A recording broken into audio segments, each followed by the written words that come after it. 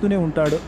సరే, ఈ ఒప్పుకోలు వెనకాల ఉన్న అసలు కథేంటో తెలుసుకోవాలంటే మనం రాఘవరావు గారి ఇప్పటి జీవితంలోకి, ఆయన గతం మోస్తున్న బరువులోకి ఒకసారి అలా తొంగి చూడాలి.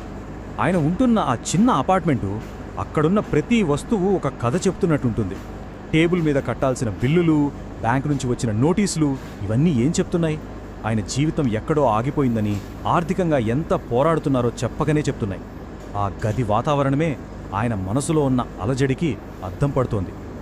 ఒకప్పుడు ప్రపంచపటాన్ని చేతిలో పట్టుకుని ఆ కళ్ళ నిండా ఆశతో ప్రపంచాన్ని జయించాలని చూసిన ఒక కుర్రాడు, మరిప్పుడు తన యవ్వనపు ఫోటోను చూసుకుంటూ గతాన్ని గుర్తు చేసుకుంటున్న ఒక పెద్దాయన. ఈ రెండు చిత్రాల మధ్య ఒక సుదీర్ఘమైన ప్రయాణముంది. అదే ఆయన జీవిత కథ. రండి, ఇప్పుడు కథలో కొంచెం వెనక్కి వెళ్దాం. అసలు రాఘవరావు గారి ఈ జీవితకాలపు ఆశయానికి బీజం ఎక్కడ పడిందో, ఆయన చిన్న పల్లెటూరులో ఆ కళ ఎలా మొదలైందో చూద్దాం. ఊహించుకోండి, ఒక చిన్న స్కూల్ గోడ మీద ఒక పాత ప్రపంచం పటం వేలాడుతోంది. దాన్ని చూస్తూ ఒక పిల్లాడంటాడు, నేను ప్రపంచం మొత్తం చూడాలి అని.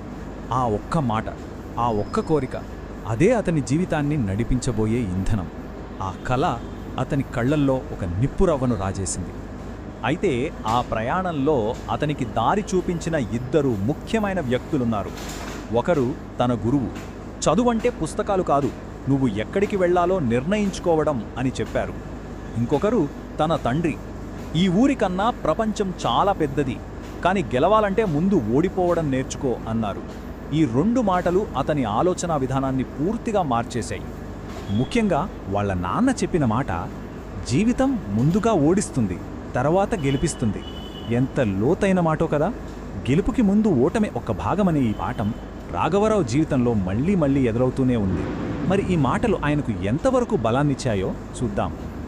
ఆ తర్వాత ఆ కలల్ని మోసుకుని ఢిల్లీకి బయలుదేరాడు రాఘవరావు. కానీ అక్కడ జీవితం ఊహించని మలుపు తీసుకుంది.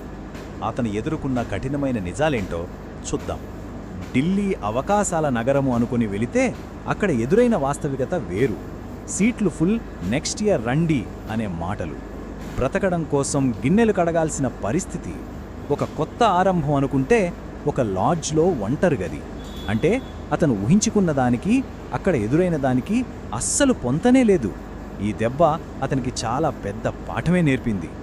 సరిగ్గా ఆ టైంలో ఆయనకి ఒక మాజీ ప్రొఫెసర్ పరిచయమయ్యారు. ఆయనే కొత్త గురువు.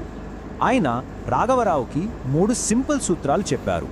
1 చదవడం, 2 గమనించడం, 3 ప్రశ్నించడం.